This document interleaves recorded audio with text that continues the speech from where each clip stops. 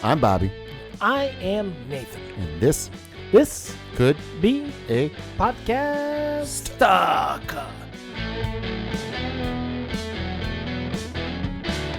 You know, beatboxing for me is it's one of those skills that I've never really fully harnessed in my life. Gotcha. That's a real shame. I mean, okay, here's the Is deal. it though? If right now, I could, I've always thought about this. If I could be granted a wish, if right now You'd without choose having beatboxing? no, Okay. without having like It's a weird any, segue to make then. without having any like the amount of effort that it takes, I would love to learn, like without having to put in effort. I'd love to learn how to play the piano. Okay. I'd love to learn how to skateboard. Okay. And I'd love to learn Latin. But you said one wish. Well, I'm saying that's like if I could learn those three things. Your If- one if- wish would be if you could learn Latin, play piano, and if you could skateboard learn three things right now without having to put any effort into it, like whatsoever. Matrix style download. Mm-hmm.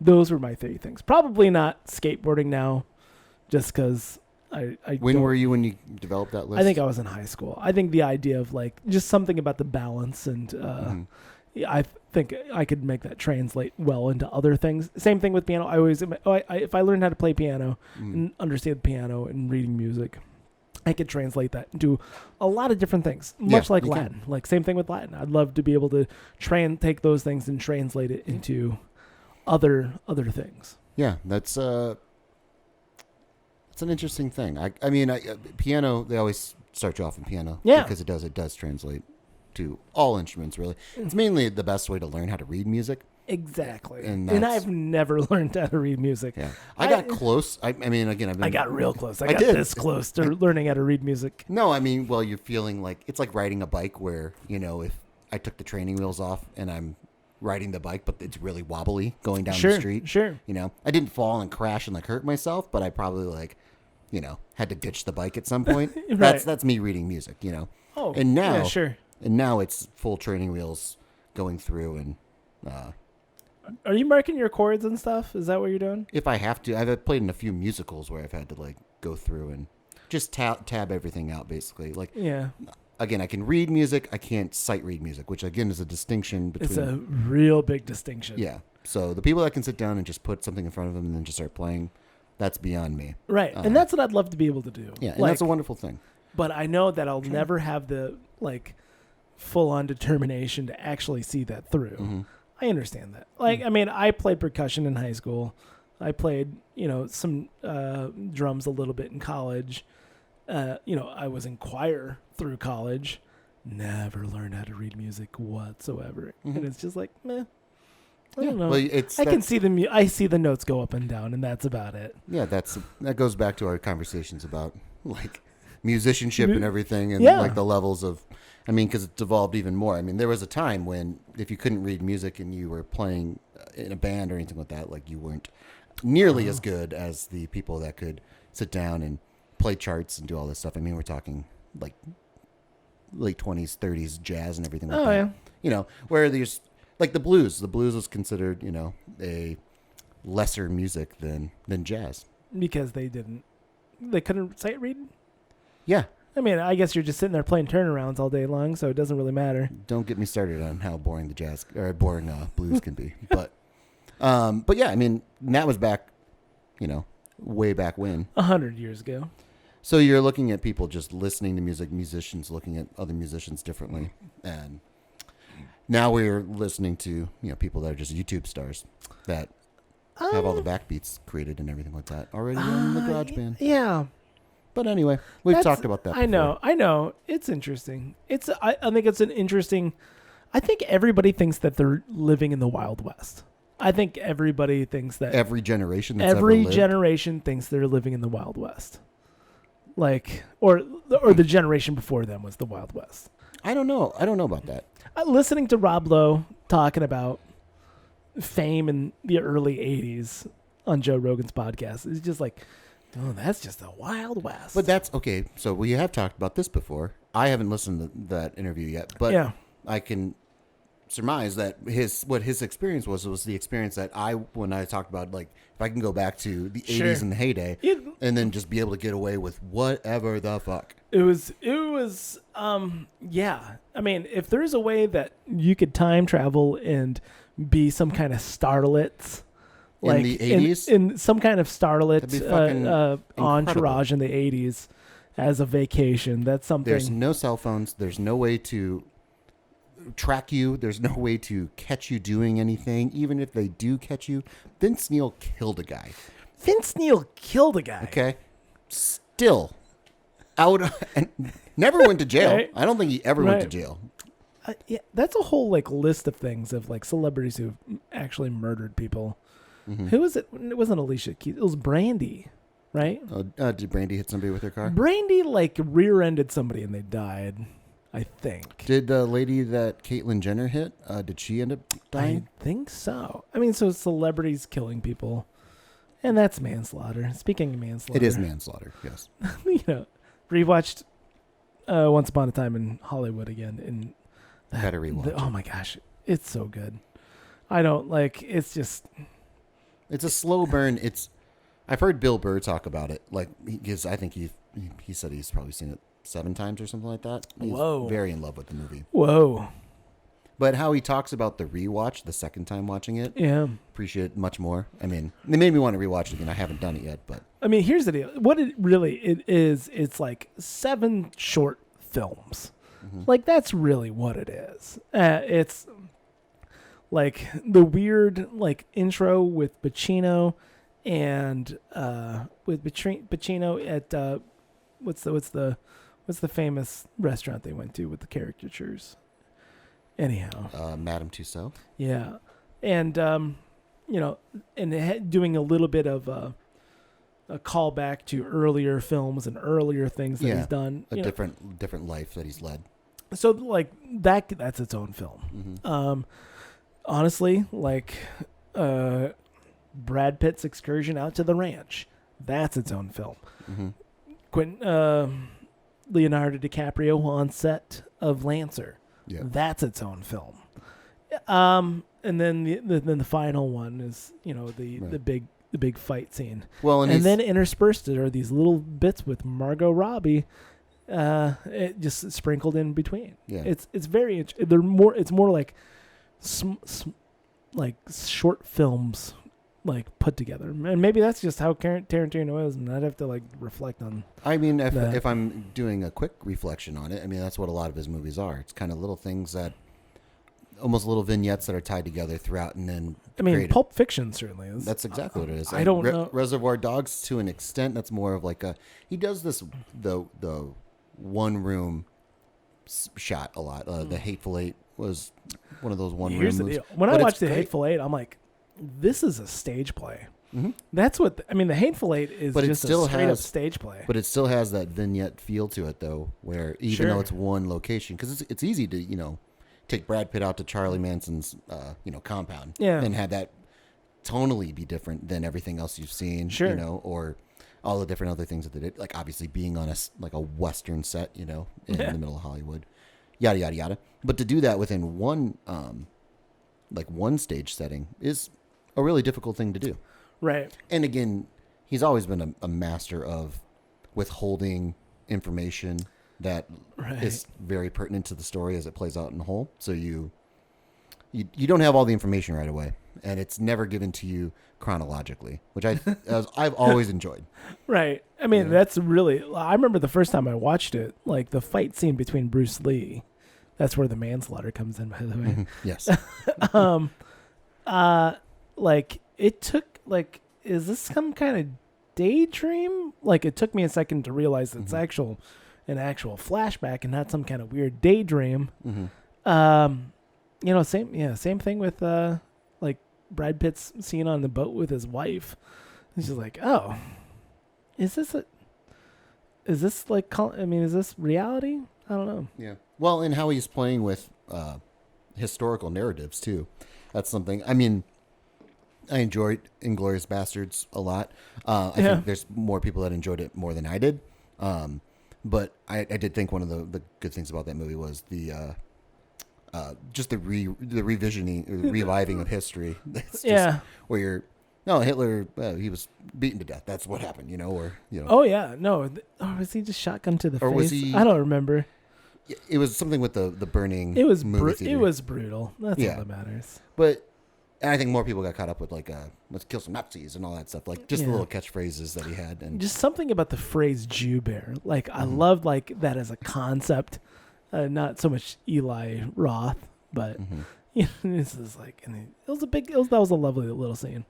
Yeah, but it's his way of telling a story. I put a lot of money actually on him. A lot of money. I put like $20 on him winning Best Director because I was like, this is the year, that we've talked about it before on the podcast, kind of like where you put your time in. Maybe you've gotten passed up a couple times, and then maybe you're not blockbuster feature, or you're like your best performance doesn't get recognized, but you kind of get one for time served and everything. And then Parasite just sweeped everything. And you're talking about? I thought you were talking about Inglourious Bastards. No, Once Upon a Time. No, Once Upon a Time. Yeah, I thought Once Upon a Time was his like. Oh, okay. This is the kind we're gonna give this to him for everything else. Right. That's pretty common. I mean, Scorsese that's what I'm saying. It's a common. Who else was the other? Denzel. I mean, Kevin really, Costner. Training Day. Costner, not so much. It seemed like as a betting man when I'm looking through, and again, that was the only time I've ever bet on an award ceremony. He's got a hell. I mean, he had a hell of a. He's got a hell of a streak. I mean, really, a hell of a streak to not have an Academy Award. I mean, honestly, what's your least favorite Tarantino movie? My least favorite Tarantino directed movie? Yeah. God, that's hard. I mean, it's going to sound bad, but maybe it's Inglourious Bastards just because I'm not sure. And it's not that I don't like it. I thought The Hateful Eight was good. I really enjoyed Django.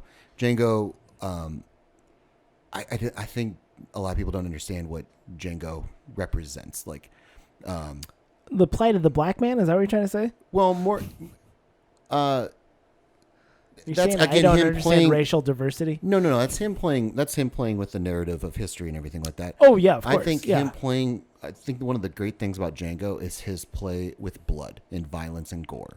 There's outrageous gore in Django, unlike a lot of his other movies. I know what there's are you gore. Talking about? I know there's gore. I think it's all outrageous. I mean, no. There's some very like when Leonardo DiCaprio is shot with that little bullet by Christoph Waltz, and then there's just a little trickle of blood. I heard an interview where he's talking about it because he was defending all the gore and everything like that. So he's like that one.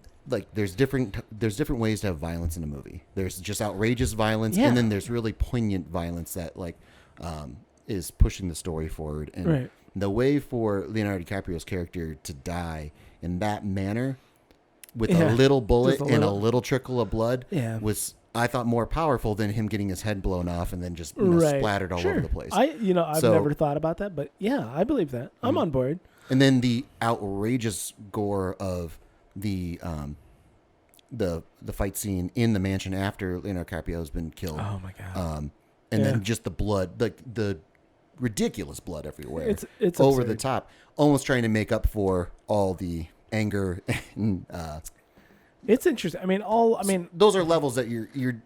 Again, so can someone watch that and just want to watch people get blown up? Yes. Was I in a movie theater that liked the N-word getting thrown around way too much?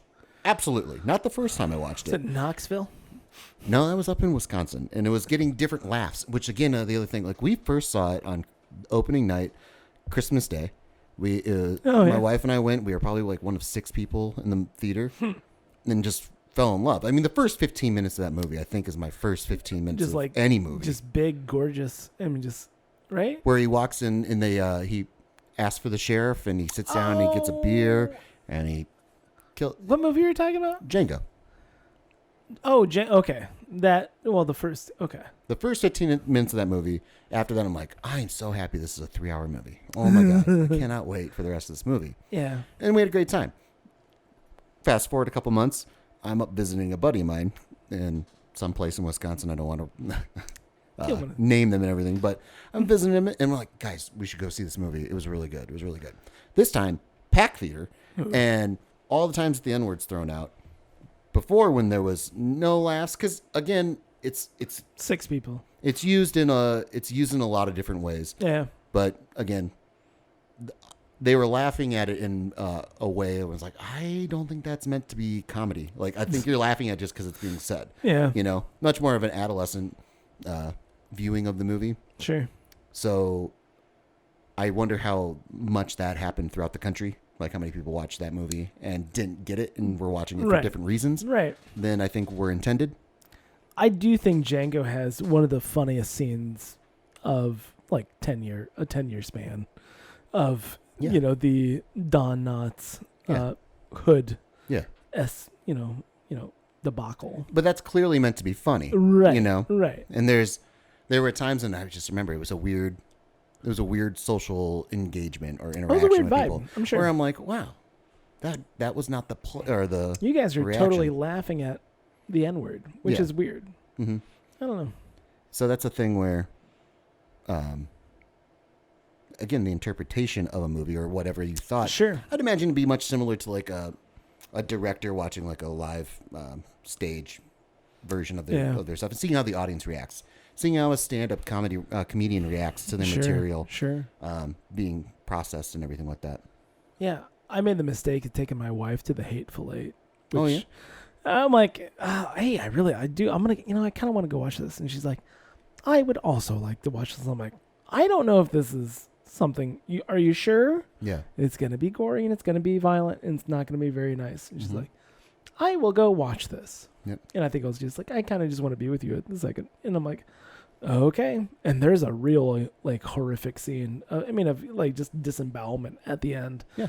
And she's like, I cannot believe that this is a thing that people watch. I cannot. I'm like, I loved this. I mean, I think that was the best like film adaptation of a stage play I've ever seen. This is. I really liked it. But I immediately started like, how would I break this into scenes and condense? What would I condense to make this an actual stage play? This and that, and yeah. But again, how people process someone like Quentin Tarantino's work. That's the thing about it. He's so polarizing, which maybe goes back to the reason why he's never won like Best Director for anything, when clearly he's been a phenomenal director in a lot of different things. Absolutely excellent. He's a tremendous writer, and I think he makes probably the most creative movies, year in and year out. But Christopher Nolan does a great job, obviously, as well. But you want to think? I said that Christopher Nolan's like the most. He is the best director working today. And Quentin Tarantino, I mean, he is like, I think he might be taking a little bit more risk than Christopher Nolan. Yeah. Well, and it's weird what Tarantino chooses to do, though. It's like he's choosing to, again, revise history. Okay. Yeah. Just live in gore in certain ways. Sure. Live in the, I mean, it's dark comedy in many ways. Yes. Yeah. I laugh all the time. Well, and I go back to we've been rewatching The Sopranos, and we came upon it on a list of like the best dark comedies, of all time and everything like that. And it came up and it hit me weird. I was like, oh, Sopranos, a dark comedy. I mean, maybe. And I'm like, well, no, yeah, let's give it a shot again and let's watch it again. Sure. And watching it with that lens in it, it's absolutely a dark comedy. I bet there's some of that in there. It's something where, I think Tarantino's a little more overt with his comedy. With his dark comedy. But, it's dark comedy's not for everybody. Christopher Nolan versus Tarantino. Nolan probably makes movies that are for everybody more so than Tarantino. Yeah, they're a little bit. They're a little heady for some folk, which I don't think so. I think they're pretty straight laced. I mean, both Tarantino and Nolan. Oh no, Nolan. I think I think he does. Not a subversive. Really well. I mean, he makes action movies that are. Have a little bit more thought put in them. Well, an action movie is tough to make and hold up. We found out through time. Sure. Because we just rewatched. We watched Point Break. We watched Point Break yesterday, but like that movie was not meant to be as campy as it as it's held up to be. It's like nobody really understood Busey. Well, Or did Busey ever really understand Busey? Busey ever understand Busey? And what was Keanu? I mean, Keanu was still... I don't, like, how did he get that role? I don't, like, having watched the Rob Lowe, what was the Wild Ones?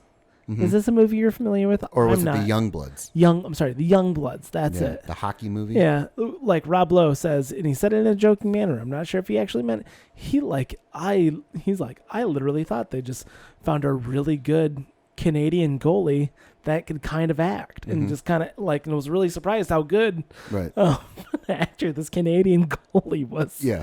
And I thought, I'm like, how long has Keanu been around? I mean, my first like real grasp of Keanu, I guess, was Bill and Ted, but that was not a movie that. But that was, that was 89. I want to say. That's why I want to say that Point Break was like Keanu Reeves' first serious movie. Sure. And it was, or like one of the first serious leading role movies. And again, for its time. Okay, let's. Oh, really? You got 2 Matrix movies in your. Oh yeah, we always like to look at the known for Matrix, Speed, Point Break, and the Matrix Reloaded. Come on. That's good. Come on. You want the. Give me one more. Give me something else. What was that shitty Sandra Bullock? The Boathouse. The Boathouse. No. Do you want that up there? That's a movie I've never seen, but it's about time travel, and I should probably watch it. Oh my gosh! Oh, he was in Babes in Toyland. Who knew? So Bill and Ted's Excellent Adventure in '89. Yep. So we can agree, though, that's probably first starring role. Yeah. He was in My Own Private Idaho. And then, my gosh, he was the voice of Ted Logan in the Fox television animated show. What else was he doing? Bill and Ted's. You got to keep doing it. So yeah, so Point Break was his first like serious role. Sure. And was made in a serious manner. And for the time, I would say give it probably a 5 to 10 year window at most. Right. 5 to 10 year window where people watch that movie and it's like, this is a great action thriller, Right. I mean, even between, 91 with Point Break to Speed with 94. Mm-hmm. I mean, he did much ado about nothing. Like, he was in Bram Stoker's Dracula. Bram Stoker's. Who directed Bram Stoker's Dracula? Was that? We know his name. Who was that? Francis Ford Coppola. Remember when Francis Ford Coppola is like, I remember it was someone huge. I want to tackle Dracula. It's this white whale everyone's been chasing. Can you imagine being? Yeah, so he did Dracula, and I think so. I want to say Much Ado About Nothing is Kenneth Branagh. I want to say that was Kenneth Branagh's adaptation of the Shakespeare classic. Correct. Yeah, so Point Break, Bill and Ted's Bogus Journey, the sequel, My Own Private Idaho, Bram Stoker's Dracula, Freaked, which I don't know what that is. He's uncredited. Oh, you know what? Freaked is. Go ahead. You can go ahead and click on that. That is who is what's his name? Bill from Bill and Ted. This is a weird movie that never went anywhere. Oh, they're just Alex Winter is the guy's name. Like, he made it. It was a super weird movie. I only know a bit about it because the Red Letter Media reviewed it. Mr. T's in it, apparently. And a cow with a hat on. It's about, like, using, like, mutated things. Okay. Even Cowgirls Get the Blues, Little Buddha, and then Speed. He had a weird... Yeah. That was a weird 3-year stretch for Keanu. Well, he seemed to do this thing where he'd make a blockbuster, try to follow it up with something else, like Johnny Mnemonic. And then... Walk in the Clouds, Chain Reaction, Feeling Minnesota, The Last Time I Committed Suicide. Not familiar with that. Then he makes Devil's Advocate. What is your take on Devil's Advocate? It's been a long time. There's, I don't know. Like, that was, as far as, like, movies about, starring Al Pacino. That's one that... And The Devil? That was, What's your favorite Al Pacino and The Devil movie? Maybe. What was Serpico? Serpico? How much time was in between Devil's Advocate and The End of Days, starring Schwarzenegger and Gabriel Byrne? I don't remember. Wasn't that 99? I think that might have been 99. Yeah. But anyway, then you go Devil's Advocate into The Matrix, and that he was the perfect Neo. He was the perfect person. Can you imagine Will Smith as Neo? I couldn't. Oh yeah, sure. I don't think it's the same movie. Sure. I don't think it's not going to be the same movie. Of course not. It's a different actor, a lot less. Whoa. But wouldn't that be the reaction though?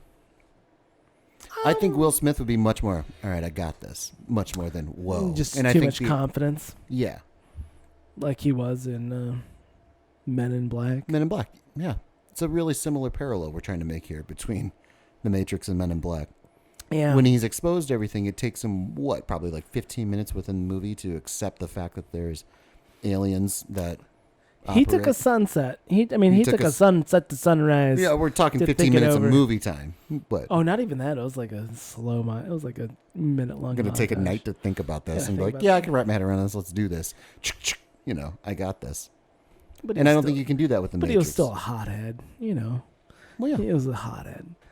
I don't think you can have two movies with Will Smith tackling. Going into a world opening up before him. Right. Sure. I'm glad he passed on it. I think he made a right choice to pass on it. Yeah. I mean, he could make it work. I think he could. But that's just would it have been a blockbuster? Sure, because anything Will Smith touches. Hold on. Especially at that time. Go back. I mean, what are we talking about? 90. I said at that point. Matrix in 90. Pull up Will Smith's career. What did Will Smith put out in 1999? Well, he didn't probably need to do anything. That might have been Wild Wild West territory. I think that's Wild Wild West territory. 100%. But at the time, that was going to be a hit. Maybe. Will Smith, Desperado. My favorite thing about Wild Wild West is at the MTV Movie Awards when Will Smith walked in on a horse, right, singing Wild Wild West at the MTV Movie Awards. Yeah, with Stevie Wonder, and they forgot him on stage. Yeah, the horse stepped on Christopher Nolan's foot. Oh yeah? Yeah. That's funny. Yeah. It's Is that where he got the idea for Inception? I think so. He's like, I need to be able to go into a dream, into a dream, into a dream. I need to put the idea in Will Smith's head not to ride a horse. Right. And he could have saved the world. Could have stopped 9/11 probably. Could have stopped 9/11. That chain reaction, you want to talk about how Eurovision has led us to watch Little Big. Yeah. The chain of reaction. Yeah, okay, so we will go to actor. No. I like how he's first listed in the music department. I like how Will Smith, when you bring him up, he's got 5 music department credits, rightfully deserved. I bet he is. That's something his agent said. Called up IMDb. Who owns IMDb these days? Is it Google? Not Google, or maybe it's Microsoft. It's something ridiculous. But he's first billed in The Fresh Prince of Bel-Air and Wild Wild West in the music department. You might know Will Smith from Fresh Prince of Bel-Air, Men in Black, I Am Legend, and Wild Wild West. I think he's got more credits and better credits than He's got 60. So, 1999, what other Will Smith movies came out? Oh, he did Enemy of the State. Almost, I wonder if Enemy of the State kind of scared him off a little bit of being... I don't want to get inside Will Smith's head, and try to you don't want to get speak for him. It's like, I worked with Bruckheimer, and I'm kind of done. I love Gene Hackman in Enemy of the State. I think Enemy of the State kind of holds up. You want to talk? You ready for a star-studded cast? Click on Enemy. Legend of Bagger Vance? No. Enemy of the State has some of the most ridiculous. Go ahead and click on Enemy of the State. Do yourself a favor. Well, hold on. You do this. Enemy of the State has the most ridiculous cast ever. Will Smith, Gene Hackman, Bonet, John Voight, Lisa Bonet, Regina King, Stuart Wilson, don't know, Barry Pepper, Jake Busey, Scott Conn, Jason Lee, Gabriel Byrne. Academy Awards. Also not listed in this list right now. We got Jack Black, Jamie Kennedy, Wait, Jack Black? No. Jack Black. Jamie Kennedy. I thought you were getting him mixed up with the Jackal. No, man. It's insane.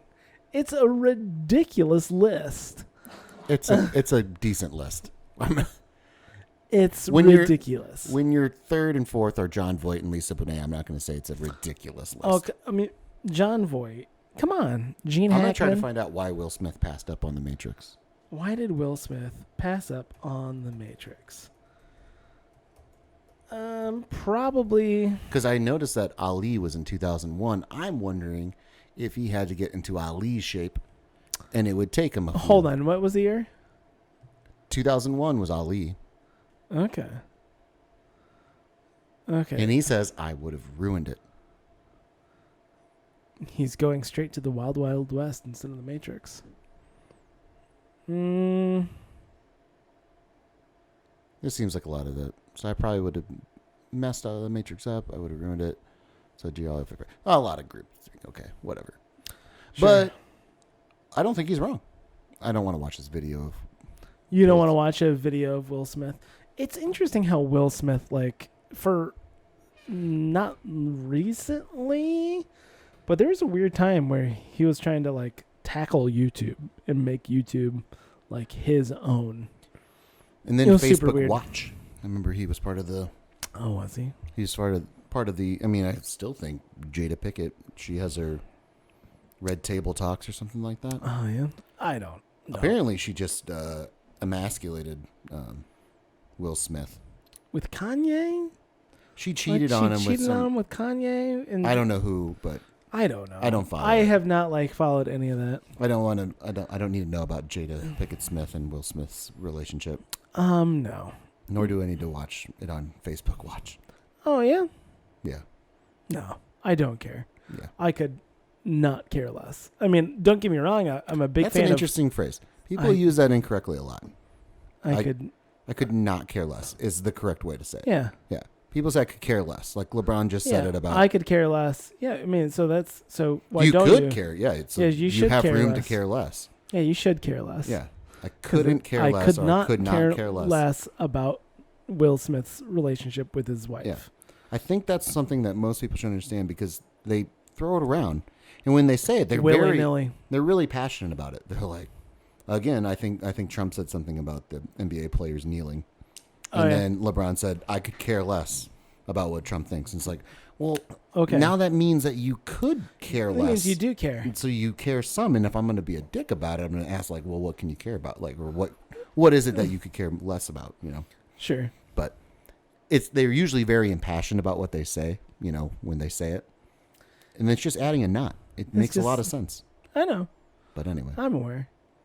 Anyway, I don't give two fucks.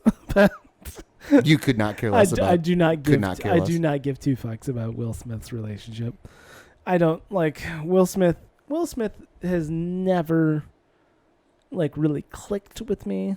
He's not something I'm really super passionate about as compared to Brad Pitt. Is somebody super passionate about Will Smith or Brad Pitt for that matter?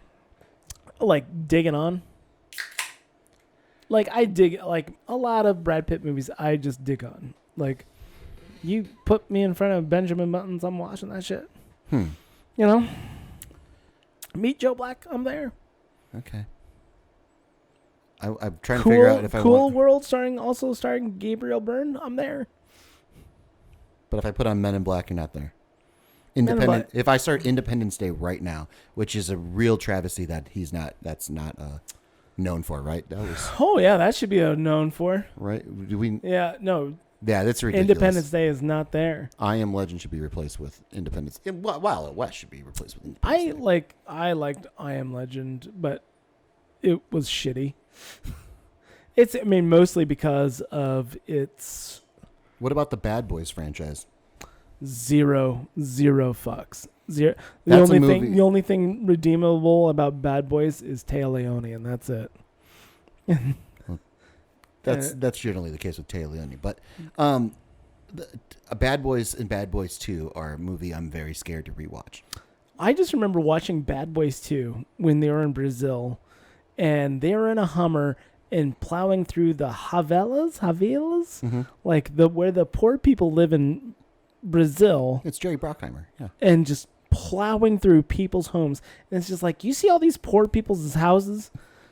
These guys, They were in Bad Boys 2, though. Were you? No. they don't give a fuck. They're just smashing through these poor people's houses and just ruining their entire livelihoods. Because guess what? They don't have insurance. I mean, this is dumb. I hate it. You're just so dumb. So, yeah, I'm scared to rewatch it because it will make me feel bad that it doesn't hold up. So, And I could not tell you a single plot point from Bad Boys or Bad Boys 2. And I know I can't tell you a single plot point from Bad Boys for Life because I didn't watch it and I had Joe Pantalone gets all pissed off at him every time. He's just, you're going to do this. Yeah. And that's what he does. I don't like that. That's my Joey Pants.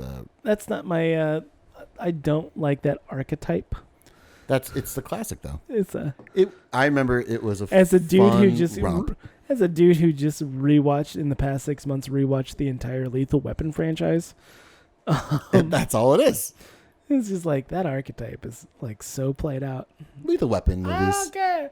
And then I watched. Lethal Weapon movies hold up. At least 1 through 1. It's weird, just like, and maybe it was just like me, like not seeing.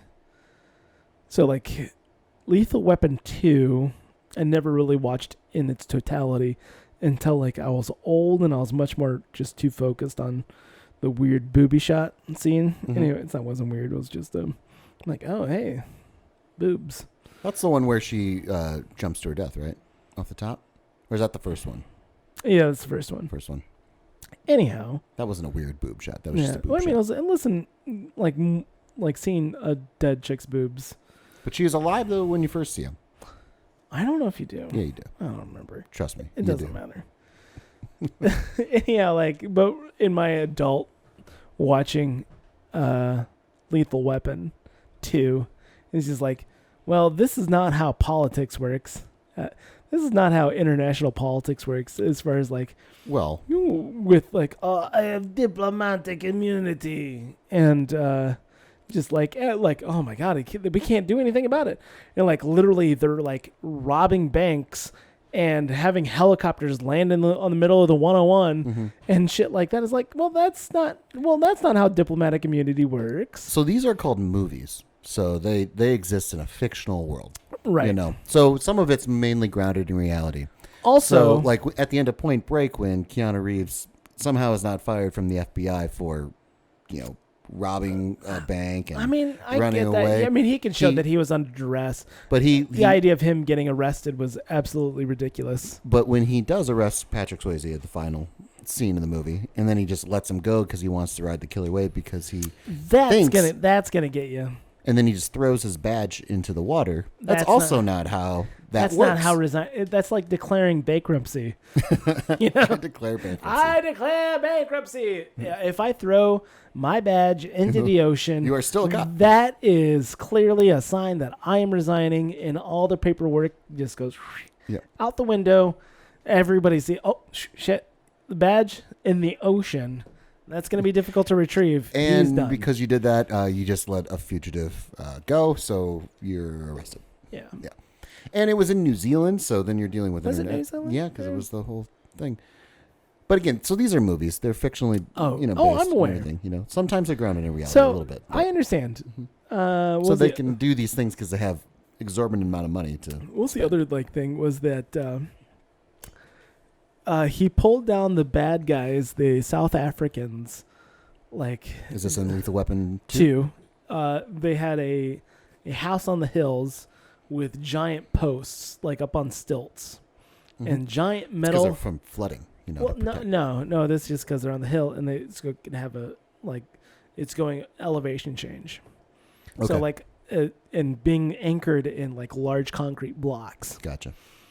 And he took his Ram truck, put a chain on it, and pulled it down. Again, I don't see any problem with that. That's a problem. I have a badge. This is no. Hey, don't do that because you're a cop. Okay, all right. Riggs is crazy. That's fine. He can go be crazy, but your like truck does not have the towing capacity to pull down an entire building. If we're gonna, find the chinks in the armor of also Point Break, Lethal Weapon 2, also True Lies, all these movies, there was an entire Mythbusters episode based around one scene where like there was an accident, a car carrying a surfboard like rear-ended somebody, and the surfboard flew off the top of somebody's car, through a windshield, and decapitated a guy. Mm-hmm. And they tried their damnedest to make it happen, and it did not work. Every time Wait, are you telling me those Mythbuster guys, they couldn't make it work? What? They could not get everything they do on that show is accurate. And then they couldn't. I don't think they could get like a surfboard to decapitate a guy. Just like launching a surfboard at some guy's head. They couldn't get it to work. So these are just scenes in a movie, though. So that's the whole thing. It wasn't good. I mean, granted, you saw like an attractive ladies. I don't care how you think about Mel Gibson, but He's an attractive lady. Mel Gibson in Lethal Weapon 2, he's not turning many heads, No? Yeah, no, he's still getting over his divorce. I was going to say, is that where he's living in a trailer? He's still living in a trailer. Because that's talking about me, my desires of wanting to live in a trailer at some point in my life. Yeah. If I have to think back to early childhood of like, oh, wow, that looks great. That might be one. Lethal Weapon 2. Lethal Weapon 2 might be one of them where he's just smoking cigarettes. He's just got a gun and his dog. Yeah. What does he eat? Doesn't he eat some crazy thing in Lethal Weapon 2, as they're trying to get him to quit smoking, mm-hmm. he starts, or maybe that was Lethal Weapon 3. At some point, he starts eating dog biscuits. Dog biscuits? Okay. As a way to stop smoking. Yeah. So, I just remember he was right on the beach, correct? Yeah, he was right on the beach. It's been a long time since I've watched Lethal Weapon 2. Yeah. Watched Lethal Weapon 1 within the last 2 years, but, I always say It's Always Sunny's version of Lethal Weapon's movies are the best. Like, sure. Not the Sean William Scott version? No. That was a travesty. Lethal Weapons? Lethal Weapons. Yes, exactly.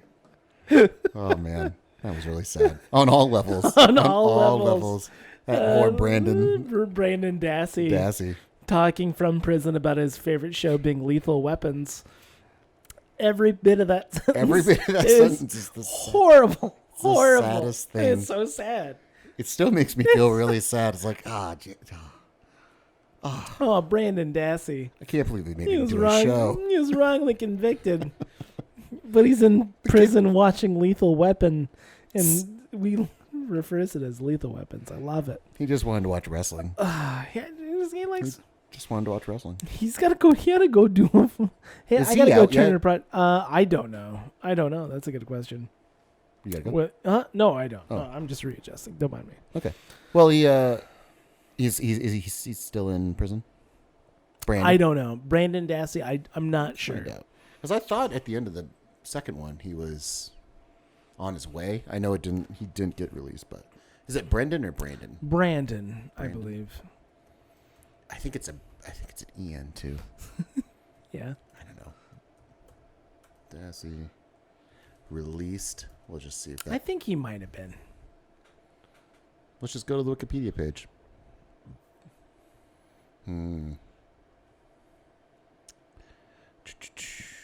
File petition. I think he is still in prison. He was denied. Jeez. So here's the lesson to be learned from this. Always ask for your lawyer. Never talk to cops. Never talk to them. Never. Especially investigators. No. Just always ask for always ask for your lawyer. Yeah. Because this guy, it's been how long? So 2006 is when that's when the 2007 was when the trial started. He was convicted in 2007 as well. April of 2007. So for 13 years, this kid's had to just living in. He prison. Just wanted to watch wrestling, and because that's I mean, yeah, never talk to cops. Never. Because that's what can happen. It's like, it's a real, like, there's a thing. There's a great video. I'm trying to remember. He was a lawyer, and just, he goes through just like all the reasons you should never talk to cops. Yeah. And it's going down the rabbit hole of watching like lawyers speak on YouTube or any video, platform, whatever. Sure. It's great information. I remember it was a while ago. We were going through some of the southern states, or like southwestern states actually, where they have like border checks and everything like that. Oh yeah, I mean it's 100 miles from the United States border, 100 miles inland.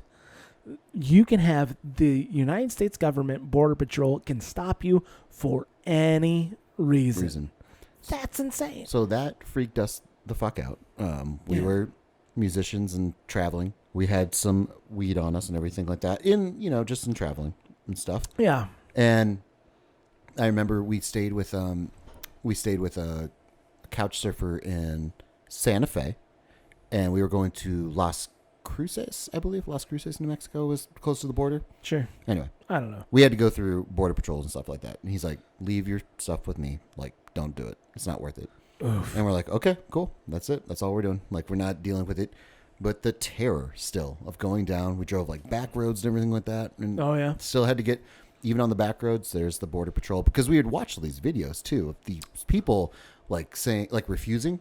Yeah. And all the shit that can come from just refusing. Like they are American citizens, but they just, they don't want to show their papers. They don't want to have to do anything like that. So they're just saying, no, nope, I refuse. No. It's absolutely ridiculous. And the thing is like the amount of like, there's a number of states, like full states, where it is the entire state at any point, Homeland Security or Border Patrol can put up a checkpoint at any point. I mean, like all of Maine, all of Vermont, all of like Florida, and maybe not North Carolina, but like just large swaths of the country where it's 100% they can set up shop and just stop and detain and question anybody. And it's absolutely ridiculous. It's also good to always, it's always good to have an auto mechanic that you trust. Sure. It's always good to have like an insurance guy you trust. Yeah. And it's always good to have a lawyer you trust. I mean, having those people when shit hits the fan, because usually shit hits the fan in a time when now you're searching for somebody and you don't have the time to search for somebody. Right. But if you can have those things lined up and ready to go, just even contact, just even have the situation. I mean, we're lucky you and I go to the same car guy here in town, but he does tremendous work. Sure. So I got to get my muffler fixed. You do. But again, when I know that like something were to happen, like if I'm driving on the road and something were to happen, I got a guy I can call. Sure. And then it at least is going to happen. It's start the process of getting fixed versus calling like a chain or calling, some just like a chain service or anything like that. That's going to be like, well, I don't know you from anybody else. So we'll figure out when we can get you. Same way with getting like a public defender, Right. You don't want to get a public defender. You don't want to get a public defender. Especially in Brendan Dassey's case. Yeah, the thing is, like, everybody needs to really sit down, take a look, and understand what your rights are. Because every American should do that right now. Because police officers are trained. They are trained to do mental jujitsu. They're trained to be fishing all day long.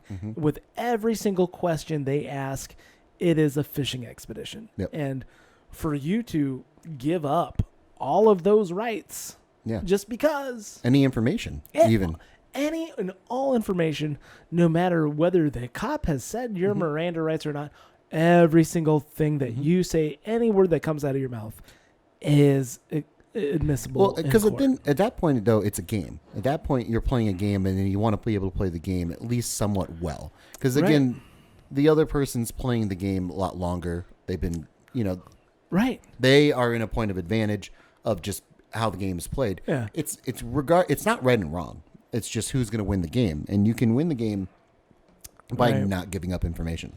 That's all it takes is not shutting your mouth. Don't say a thing. Because from the lawyer side, lawyers get the rap of being like, snake oil salesmen and, bad people and stuff like that. But they're playing the same game, and there's definitely the the same way that there are predatory lawyers, there are predatory police officers. Yeah. And predatory prosecutors as well. Exactly. Yeah. I mean, it's bad. And then there are the people that are like the public defenders that want to, or, like the, like the public defenders. I forget the other word for the public defender is more like prosecutor. No, the public defender is like, more of a low level position where you're cutting your teeth. But the people that really want to help everybody, they want to make the world, they want to defend the poor and the helpless and everything with that. Like doing pro bono work or what? Yeah. Maybe it is public defender. Maybe it is just. I know a couple of public defenders, and they're overworked, and it's it's on, and also like the same way. And just to finish that point, though. Yeah, go ahead. The same way that there are police officers that want to serve and protect. Right. There's this whole gambit of that's a really shitty hornet's nest of. I don't know of range of personalities and people in one given profession. You know what I'm saying? Right. I don't like. Because being a teacher, there are teachers that really want to teach. There are teachers that don't give a shit, and then that's about it, And this is going. But none of them can put you away in prison. It's my opinion. I don't like. We've talked a little bit about unions. Like, I think unions have their time and their place, and especially like the horrific conditions of, like turn of the century, where people like, hey, I'd like to get paid not like backbreaking wages. Well, if you say that, then I'm going to ruin your life. Or you break your leg on the job, you're totally fucked. Mm-hmm. Script money, anything like that? That's, where you live yeah. I mean, I owe my soul to the company store. Like, that's bad. And I understand that collective bargaining broke that. Mm-hmm. I get that. What I don't think is like where between police unions and teacher unions, where you have an entity whose sole job is to protect their union members at all costs. Yeah. Where you have things like the Rubber Room in New York, where just shitty teachers just go and get paid a paycheck to sit for 8 hours a day because it's easier to rent that space than it is to go through the legal process of firing them. Mm-hmm. Same thing with police officers, where it's just like absolutely ridiculous, and they will, after you have to really, really screw up to get fired as a cop, but that's after you get all kinds of leniency built in. I mean, I get to choose when I say my statements. I get to choose what evidence is admissible, like inside my hearing. Yeah. That's not in a court of law, just like all of that. So but that's again where that's crazy. Where again you have the spectrum of intentions here, where if we're looking back, and I mean not a little over 100 years ago, or we're dealing with these conditions of a bit essentially like slave labor. I mean, that's one thing. I forget. There's an interesting battle that happened. It was a union uprising. I think it was probably at a mine. I think it was at a mine or something. Yeah, coal miner. And they just police came in and pummeled the fuck out of everybody. Well, they eventually banded together to at least form some type of militia, some type of it was a fight. It was a battle, something or another. I can't remember right now. But anyway, those are the conditions where you absolutely you don't want that to happen. This is a clear cut. Like, okay, organized labor needs to break this because. So then, in less than 100 years, it's been created, taken over, broken, and then taken advantage of. Right. Because the unions that survived all that were the unions that weren't broke. I mean, we're dealing with situations of people that had good intentions, but got caught up in the crossfires and then couldn't handle it, or like couldn't maintain, and couldn't fight any longer. And then it's replaced by people that are going to take advantage of it and do all these things that are like, shitty. Yeah, like we're going to defend our side no matter what. No matter what. If you want to work with us, great. But if you don't, then you're against us. Yeah, that's no way to do anything. I mean, if you're a shitty teacher, if you're a garbage teacher, which I'm sure we've all had, teachers that, and it's just like, and the steps that they would have to go through to get that person fired, that's crazy. And it's like, it's absolutely insane. And because how many jobs have unions attached to them? That's a good. I mean, it's gone down significantly. Significantly. I want to say it's 25% of American workforce is union. Something like that. Down from like 60% in the 1970s. You even think it was that low in the 60s? Yeah. That's good. Here's the 5 most unionized jobs. Here. List of U.S. labor unions. No. Oh, no. You don't want that. Go You don't to want fine law? labor unions in United States. Good old Wikipedia. Screw you, finelaw.com. Actually, we might be going back to because I saw it. I want to say I saw that 25%. Let's see here. So you just want something that agrees in 2019, 14.6 million members of the United States were in a union, down from 17.7. So, compared to 20% in 1983. It's at 10%. Yep. And then trying to see where there's 33.6. Hold on, what was that? I'm sorry. Let's see. Union membership in the private sector has fallen 6.2%. 1/5 of the public sector workers at 33.6 million. 33.6%. Over half of all union members in the U.S. live in 7 states: California, New York, Illinois, Pennsylvania, New Jersey, Ohio, and Washington. Crazy. That's a crazy thing. But again, that's where those are the ones that survived. That's not necessarily the best intentions. That's not necessarily.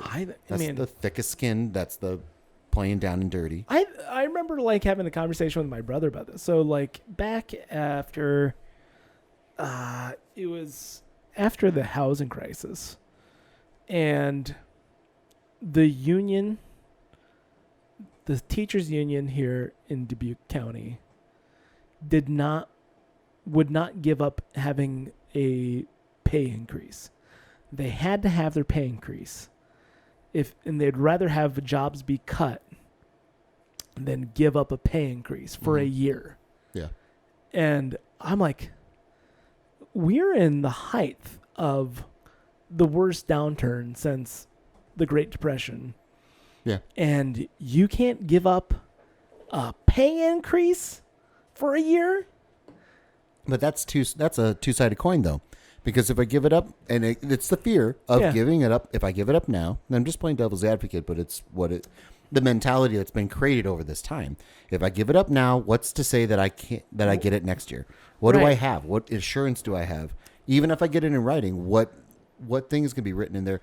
Look at all the things that have been happening with pushing, other agendas through to solve the situation that we're currently in. Sure. There's a lot of things that have been earmarked and attached to these things How is it that the HEROES Act? Is that what? Yeah, the HEROES Act. The Democratic bill, the HEROES Act, and it's like, really? That's what you're worried about with, focusing on cannabis industry and also racial equality amongst business owners. That's what you're worried about? Republicans. You're worried about attack helicopters and F-16 fighters? Mm-hmm. That's what you're worried about? And it's like... This is the unions seem, and union negotiations seem to be much more of a tangible, easier to represent operation of the government itself. Whereas the government's peeling from 50 different things at once to throw into the HEROES Act, much like the Patriot Act, that just sounds really great. Oh my God. And it's so convoluted, people usually just check out because you're talking about so many different things. You're peeling from so many different places where you're like, I lost it. All right. Right. But again, going back to the teachers union example you gave, well, that's a thing where if I'm head of the teachers union and I want to keep my job, I'm going to fight for the teachers that get It's not that it's right. It's just that's the position they're put in because of the situation. Because they're worried. They're worried, but they're also... I remember part of the reasoning... I'm sorry, I'm stepping on you. That's fine. Part of the reasoning was, okay, you got to compound it. If I don't get my 3% rate increase this year, that means my 3% next year and the year after that is going to be worth less because I took a year off. I didn't have a year of growth in my salary, So therefore, I'm going to be losing X amount of dollars at the end of my life, which is ridiculous. And a lot of that is like a way to just respond to a question. I mean, a lot of that's a way to just answer here's the problem, here's the thing, here's a justification I'm going to give for it. If it's not good enough, I'll give you another justification. Sure. I was watching something. I've just recently got back into my podcast that I've been putting off for the last few months and everything like that. And they were playing one about Fauci getting interviewed by or being grilled by, I forget who it was, some governor or senator or whatever. But they were Sam Elliott. It wasn't Sam Elliott, no. Oh. But he was asking him about if the protests are causing the spread to continue and everything like that. And Fauci he said that any large groups of people will increase the spread. Sure. And he said, well, then why? He basically he trapped him. He said, well, then why haven't we stopped the protests? And he's like, well, I can't answer. I don't know why. I'm not in a position to answer.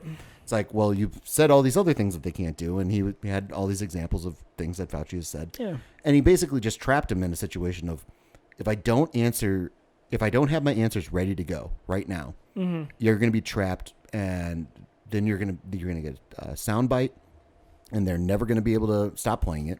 Sure. So again, a situation that, like you were saying, with the teachers union, if I don't have that soundbite ready to go, if I don't have that question answered, I don't have justifications ready to go, regardless of if you agree with them or not, I just need to not be caught off guard. I need to not feel like I'm on my heels.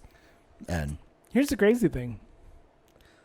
A lot of teachers got let off that year. but that's not that's the fight they wanted, though. They wanted that fight of, I'd rather have jobs cut than rather have jobs cut. And that's interesting. I think I'm going to say like a majority of people would rather have their salaries decreased than having their workload increased. But that doesn't matter. That's the thing that's the whole problem with the situation, is that it doesn't matter what most people would think. It's what the people in charge want to, what the popular opinion would be. They do a goofy thing in Germany where if they poop all over the place. You heard about that? Yeah. Yeah. Anyhow. My family's half German, so. Oh, so it's okay. Yeah, it's fine. We have half the house we poop on, so. Which half? You'll find out. You'll find out. I don't like this. Anyhow, where if I'm an employer and I'm like, I'm hitting an economic downturn, much like right now. Okay. We're in a downturn? Yeah. You didn't hear? You haven't been paying attention. I haven't been paying attention. You have not been paying attention. I've noticed this. Yeah. I've been picking up on this. Yeah. I've got my pulse on the world. I don't know if you know that. It's been fine. You've been lollygagging and dilly-dallying all day long. I have a kiddie pool. Yeah, I got a kiddie pool and a bar out back. It's fine. I'm fine. That's what's wrong with America. Anyhow, so like I'm in an economic downturn, and I say, if I cut all of my employees' salaries by 20%, I can make it work. And they say, go up to the government and say, Mr. Government, if I cut 20% of my wages, I can make it work. And the government says, well, why don't you just have 20% of everybody's income from us then? Mm-hmm. So it's like a weird backfill from the government instead of like what we're doing right now, which is like, why don't I just lay you off and then you go on unemployment and you can deal with that archaic system. But this is the thing, though, and I'm sorry to cut you off because I hear this argument so much jump on in. With Europe, in like individual countries within Europe, in comparison to the United States. Sure. And again, it's as much an American problem as a worldwide problem. I mean, it's probably more of an American problem because we view ourselves in comparison totally. I'm 100% on board with you. Yes. To a place like Germany or Italy or anything like that, where you're like, well, they it happened when the spread happened and everything like that. It's like, well, they got it under control. It's like, yes, they're like, Nevada, and right. So We don't take that into consideration. No, I thought I just. But it goes. Hold on, I got a point here. Go ahead, so it goes going. back into Sorry. more just state-run or state-controlled directions that they want to do. Right. The far reach of the federal government, I think, has become a problem. I think it's become. You're right. You're right. Where the states are so dependent on the outreach of the federal government that's what they're looking to first, instead of the rights of the states and actually the problems of the states, where they become. This is a great example. This whole COVID crap has been a great example of states being able to exercise in their specific situation. Like, yeah. Iowa is not the same as Manhattan. Right. So we obviously have to operate differently. And there's Right. no federal mandate that would apply to everybody. Just like you can't do it for all of Europe because they're all their own individual countries. And it's just a thing we find ourselves comparing the United States to Germany and not all of Europe. Right.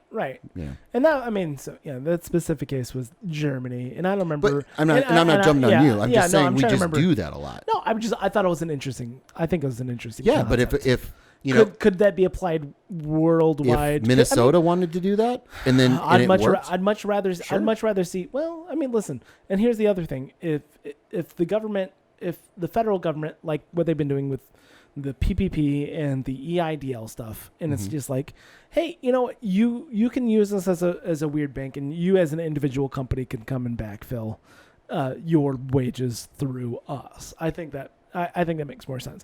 I think that the idea of kicking people off of the payrolls and putting them on to unemployment, I think it's a bad idea. Well, at the rate unemployment was, yeah. Well, no, it's like there's just no incentive to go. Well, there's no.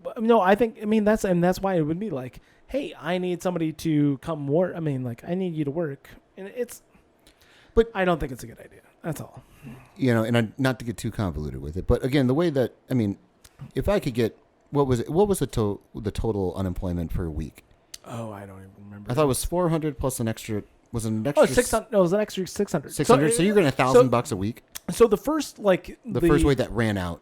So and the thing is, so it's state by. Okay, how they do, I'm not exactly sure. Like as far as wage replacement within Iowa. Mm-hmm. So I'm trying to think of the numbers exactly that I personally saw with my wife, because my wife was laid off. Yeah. And how much she got from the state, I don't remember, but she's not making a lot of money. You're 100, and how they came up with the $600 is kind of interesting. I'd never heard it before. How they ended up on the 600 is like, okay, so median wage is this, okay, and so median wage across the entire country is this. So if we do that and we want to do 70% of that, okay, or 60% of that, okay, median wage per week is $900.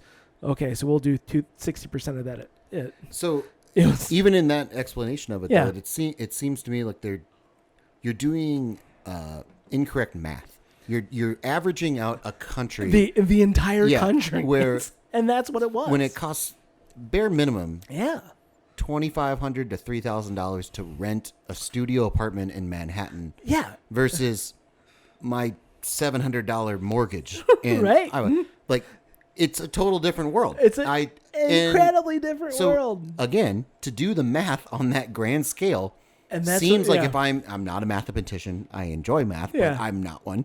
You're not? But I dabble. It's a hobby. I wish I was really good at it. No. Is that your one wish? No.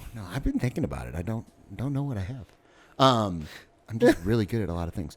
But it seems like a really just flawed way to go about it. Yeah. And if you wanted to back end it with the federal government, if you wanted the federal government to like fill in the gaps based on state by state doing it, that I can understand. You're definitely doing with a lot more coordination, a lot more, again, added corruption, going back to unions and everything like that. Best intentions, but there's always going to be somebody that just takes advantage of the situation.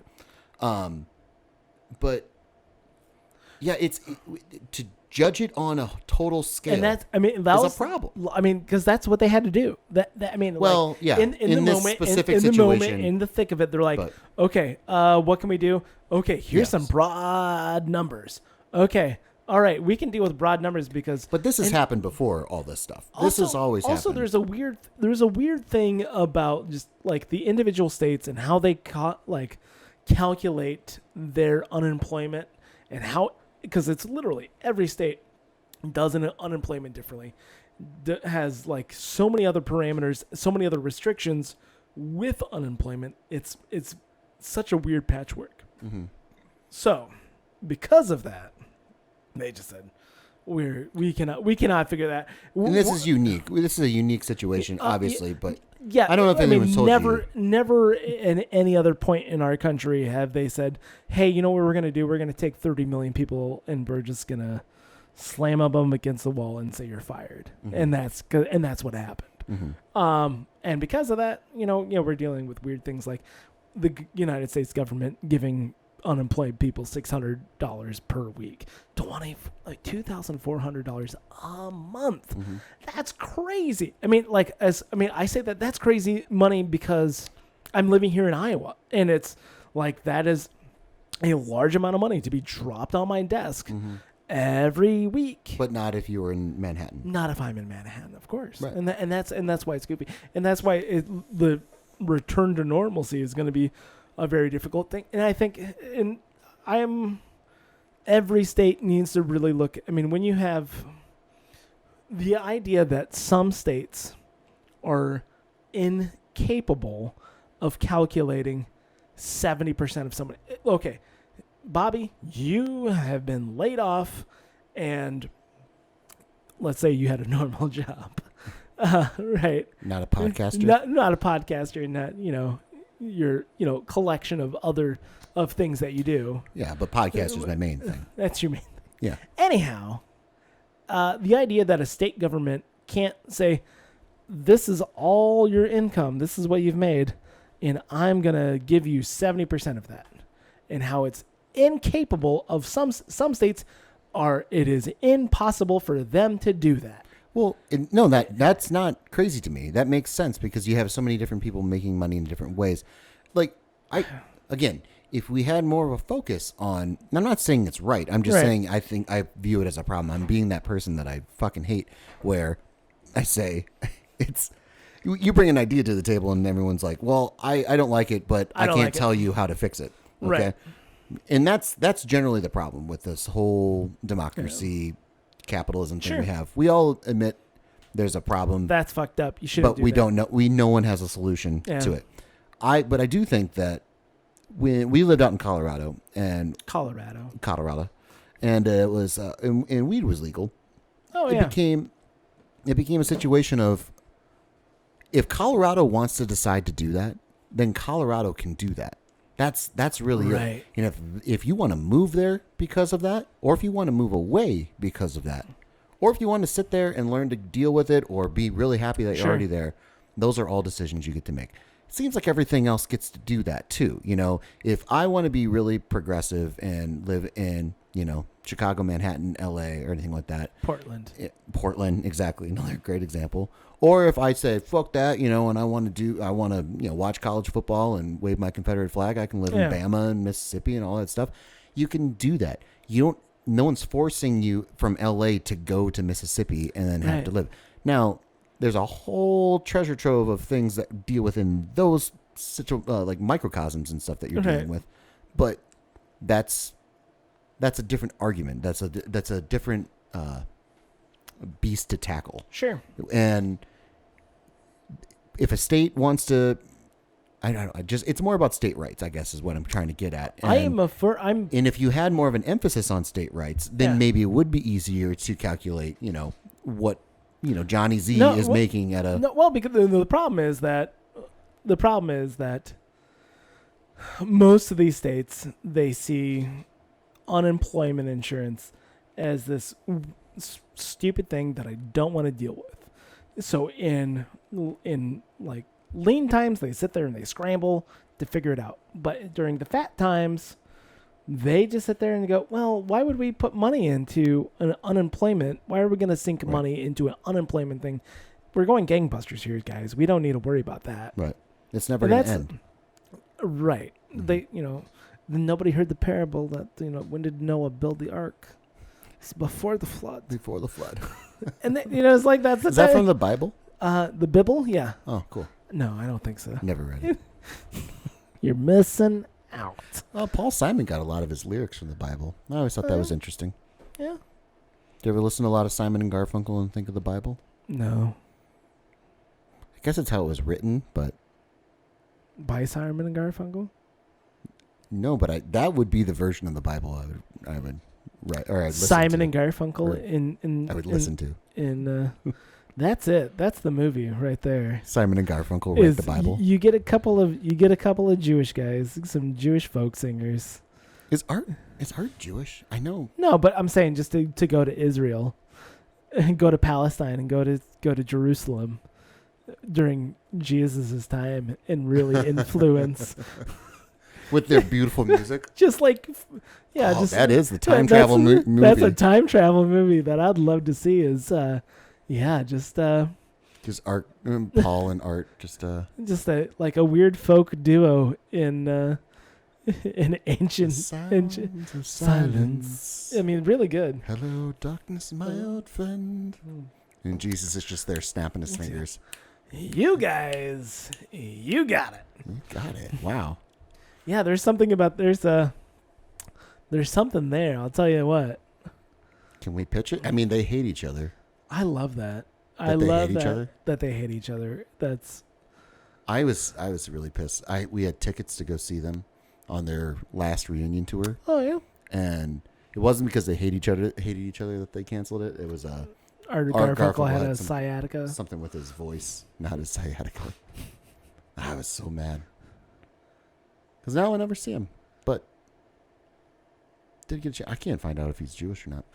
I'm not saying they're Jewish. I'm just saying the idea. I know Paul Simon is. Oh, is he? I'm just saying the idea of knowing Hebrew. That's what I'm saying. They can go back and converse in Hebrew. I just want to hear the sound of silence in Hebrew. That's what I'm saying. Is that really what you want to get? That's really what I'm saying. Yeah. So, well, as I'm looking here, actually, okay, we found out an answer. So, Art Garfunkel is Romanian and Jewish descent. And okay. And his he's Jewish then. Okay. I mean, sure.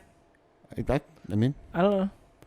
It's not the plot point that we're looking for, but no. But his maternal cousin, maternal cousin is Lou Pearlman. Are you familiar with Lou Pearlman? Oh, and the giant piece of shit he is. Yeah, I mean he's a garbage person, but he also produced Backstreet Boys. Is and the main driving force between the renaissance of boy bands in the late 90s from Orlando, Florida. That's I'll take from you connections I never thought I'd hear of, Alex, for 500. Art Garfunkel and Lou Pearlman. That's not second cousins, his maternal cousin. That's insane. That's a tough one to swallow, actually. All right. Lou Pearlman, and I don't want to get sued for slander or libel. Is it libel when you speak it? No, slander is when you speak it. Libel is when you write it. Okay, so libel. This is I got to reach deep into my communication law class. Mm-hmm. So I won't do it. Slander is when you say something and there's no record. There's no record of it. As compared to libel, which can be used as they're both defamation. Yeah, I don't want a defamation suit, but that does look like a mugshot. So, okay, cool. I think I can actually say this. Hold on one second. The picture used of Lou Pearlman is molestation allegations. Okay, cool. Wow, this guy. He had a heart valve condition. Noted. In a 2009 interview with Howard Stern, Rich Cronin, the former lead singer of the band LFO, not LMAFO. LFO. You know, I like hot girls and Chinese and I was alive. Abercrombie and Fitch. I was alive. Yes, I'm bringing the listeners into into the tapestry that is this time. said that he only had received a fraction of money owed to him from record sales and claimed Perlman had wanted to bang everyone and had attempted to seduce him multiple times. Cronin also alleged that those who did oblige Perlman were looked after. So, what I'm saying is he looked like a guy that would do that. Much like Harvey Weinstein looked like the guy that would do the things that Harvey Weinstein did. Yeah. Lou Pearlman looked like that guy that did those things. The problem is when people bring Ron Perlman into this. Ron Perlman? Yeah. Who's Ron Perlman? Who's Ron Perlman? He's a incredibly great actor, very versatile. I mean, he played everything from The Beast and Beauty and the Beast, the television series, to Hellboy. So fuck off. Oh, that guy. You know, Ron Perlman. Yeah. He was also an Enemy at the Gates. He went to the University of Minnesota. Wow. Oh, yeah? Which one? Oh, for his master's, he went to the University of Minnesota. Master's. It's a gorgeous, gorgeous campus. What's that? Ever been?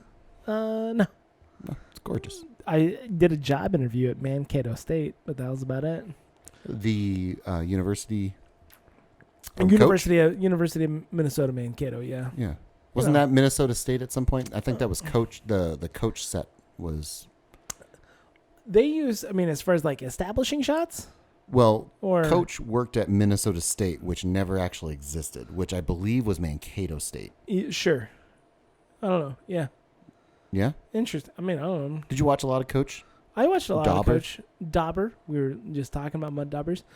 Dauber's had a really interesting career, from everything working against Rob Lowe in the Stand television movie. Interesting. Also, Luther. He was. Luther. We're talking about Dauber, the character, right? Yeah. Yeah, because he was Patrick in SpongeBob. Patrick SpongeBob. He's also been in a couple other things. He was also the voice of Brooklyn in Gargoyles. He's got a great voice, so a lot of voice work makes sense. Yeah, I mean, yeah. And then he was also in The Stand, the television series based on the Stephen King novel. So, FYI. Dauber, how would you spell Dauber? Dobber. Yeah, right. I just want to figure out what's the actor's name. Not Duber. I think it's Dobber, not Doob. Well, it's a new computer. I don't like that. I don't like it either. Okay, I got to do this. Ready? Yeah. Coach. If I just do that. Big fan of Coach. What's that? 70. No, 89 to 97. That's the correct answer. You're right. It was Jerry Van Dyke. Jerry Van Dyke was in that? Yeah, Dick Van Dyke's younger brother. Yeah. He was Luther. Oh, that's okay. Yeah. I gotcha. They actually don't look a lot like each other. Holy shit. Oh my god. Dauber, Dauber. Dauber. Is that how you spell Mud Dauber? What does IMDb give Coach? Its popularity's gone up 100 and some spots. I think it's no nonsense approach, really. Really, I just want to figure out Bill Fagerbakke. Bill Fagerbakke. I want to figure out his net worth because he's living that fuck you SpongeBob. That SpongeBob movie. I mean, that's gotta be. What's your guess before I find it? What's your guess? Bill Fagerbakke. Bill Fagerbakke is probably worth at least 10 mil. Yeah. Yeah, I mean, if he's smart and he's investing in real estate, I'm just imagining that. I'm gonna go crazy. I think it's 30 million. I think SpongeBob worldwide is much more popular. And he signed a really good deal. I don't know. Okay, ready? Let's find it out. CelebrityNetWorth.com. 10 million. Oh. What did I say? You said 10. I said 10? You said 10. I am smart. Well, you can guess well.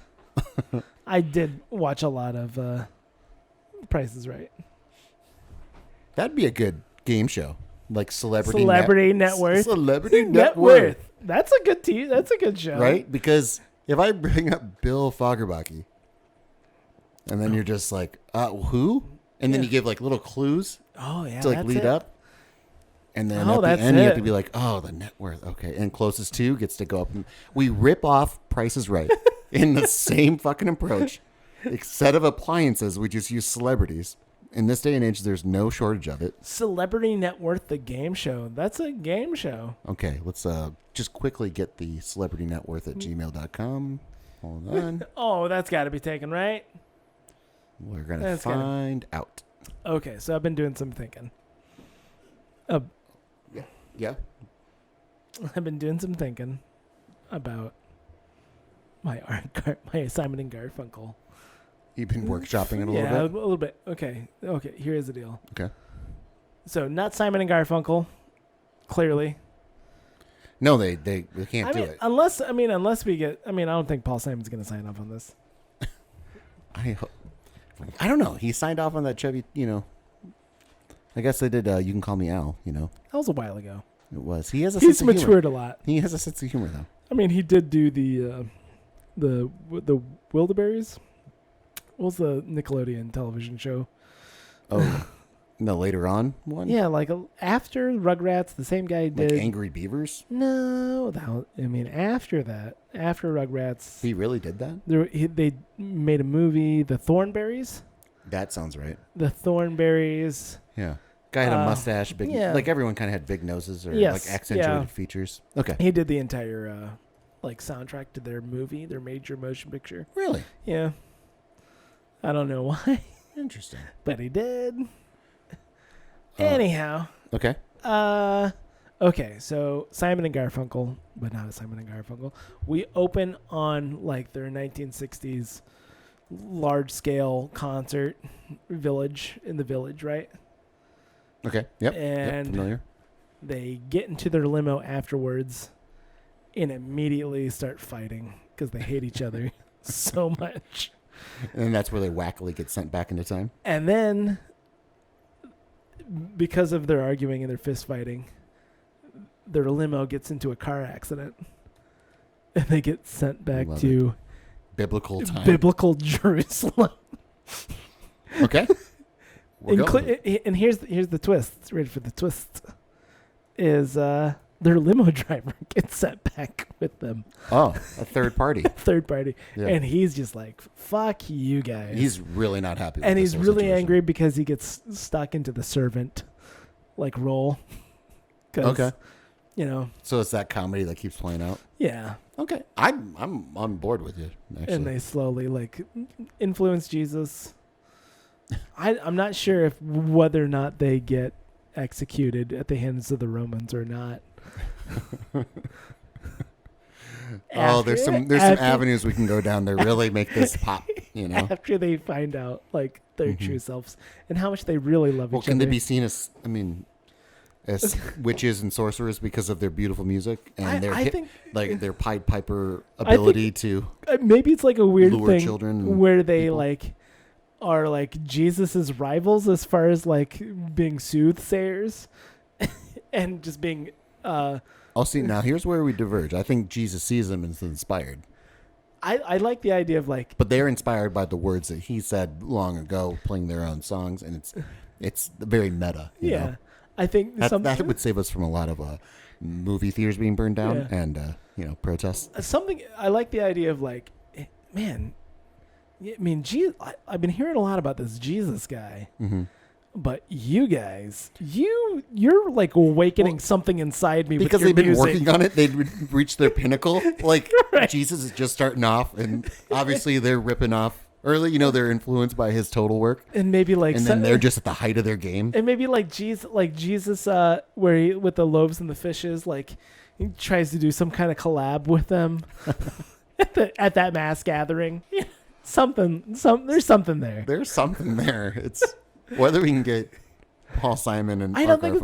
I think we can do the same. And here's you gotta get the song. You have to have the song. Thank you. That's exactly what I was going to say. If we don't get them, we can't we got to write equivalent songs. You got to really bring it.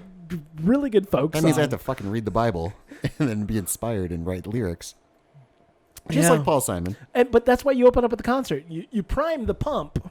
Yeah. You prime the pump with playing the hit song. What was that Beatles movie that they put out where everyone forgot about the Beatles? Yesterday. Yeah. So it's Yesterday meets The Passion of the Christ. Yes. Okay. Not necessarily the Passion because it's not gonna all take over a 24-hour period. It's gonna be spread out. And with that fucking limo driver getting The Last Temptation of Christ meets Yesterday. Okay. Yes, that's it. That's what we're going for. With equal amounts of Willem Dafoe. How much of a afro can Willem Dafoe grow?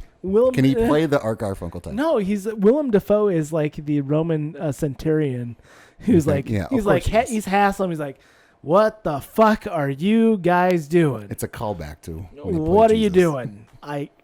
You guys are up to no good. I don't know what it is.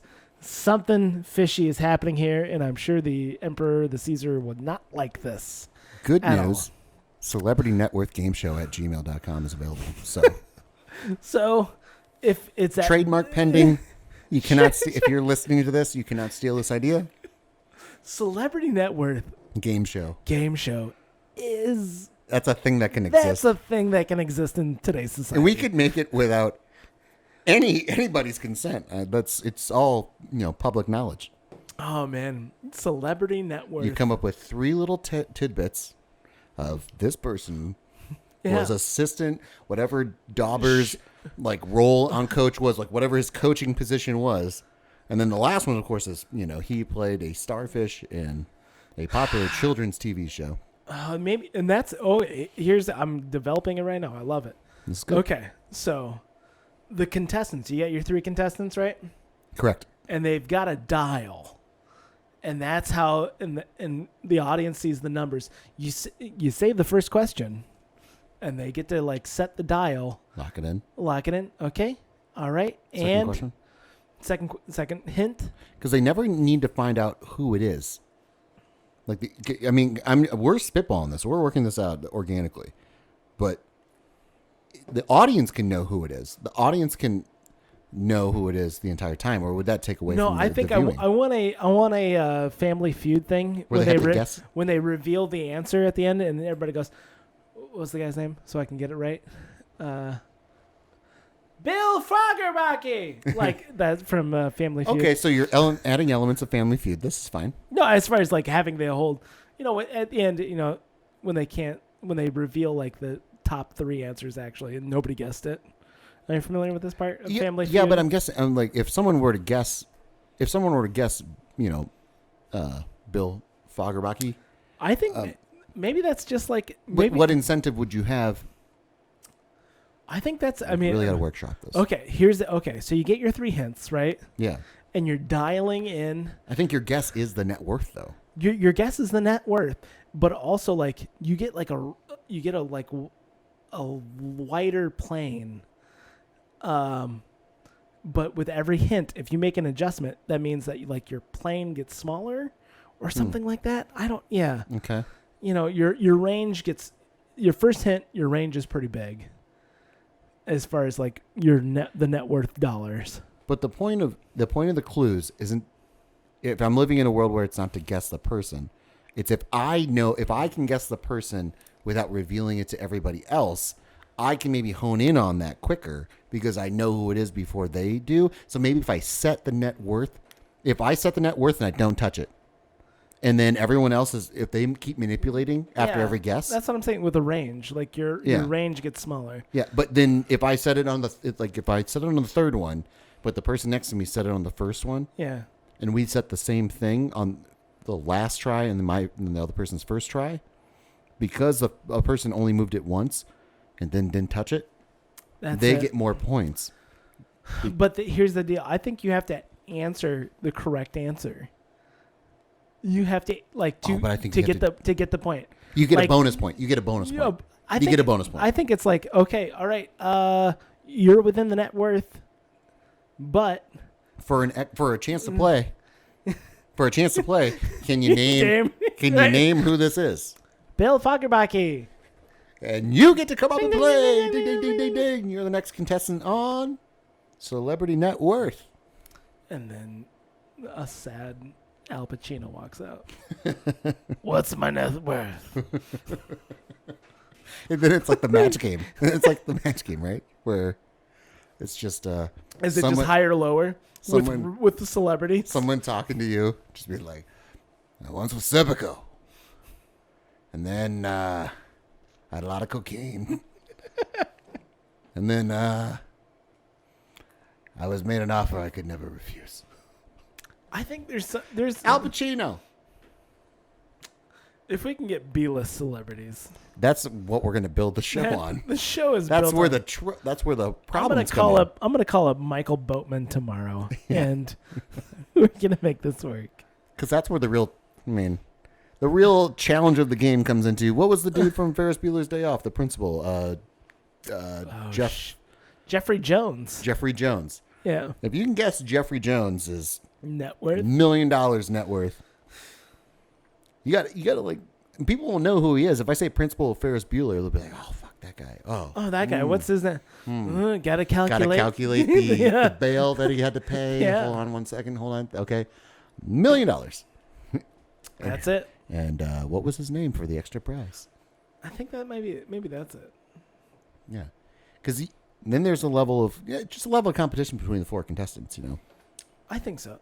I like the idea of a range. Like every question is a tier that allows you. If I can get it right off the bat, if I'm like the assistant linebackers coach from the TV series Coach, and I'm like, oh, that's Dauber. Oh, Dauber was also Patrick. I bet he's doing well. $10 million, and then I don't touch it, and then it goes through, and I'm right.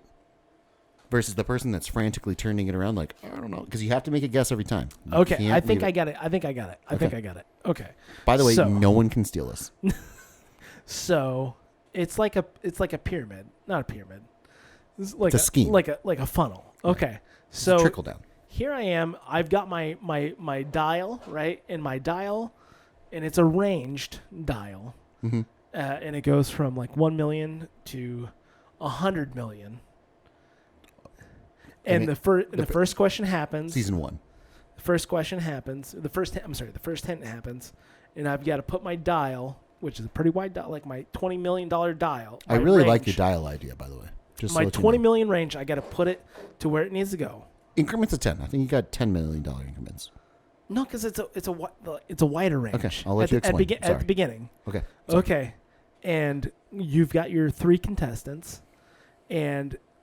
Okay, and are you locked in? You're locked in. And Judith over there, you are not within the range of this celebrity's net worth, so you're out. Okay, now we're down to Kyle and Steve. Then your next hint is he was also played against Rob Lowe in The Stand, the 1995. Lock in your net worth. And the net worth got smaller. Mm-hmm. That net worth. Okay, all right, and you're locked in. Gotcha. And then got down to last hint, and that's when they say, "Okay, last hint." The only problem I'd see with that would be if no one was within the range, within your $20 million. And then nobody gets the point. You can just move on. We're gonna blow through celebrities. But anyway, I mean, there's a lot of. Listen, we're talking about. I gotta keep looking at his name up on the screen, Bill Fagerbakke. I mean, I know him. Yeah. Like in my heart of hearts, he's from California. I read his IMDb bio. I know we got a lot, but we're thinking 30 seasons here. 30 seasons in the movie. I think there's enough celebrities. I like that.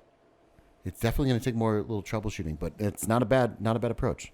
I'm just because I like that. I like that elimination tier. I'm thinking of a way to milk per celebrity, and so if we take that's what I would do with leaving the frantic nature of someone changing every time. So maybe, I mean, if we got like 20 seconds after each hint, that's so we're talking 30. I mean 20. Okay, and you've got. But 10 then seconds. it's a cat and mouse game with what I'm explaining of like, if I know Bill Fagerbakke off the top of my head, and I set it to 10 million because I've studied celebrity net worth and I remember this little thing. Yeah. If I set it there and then I don't touch it.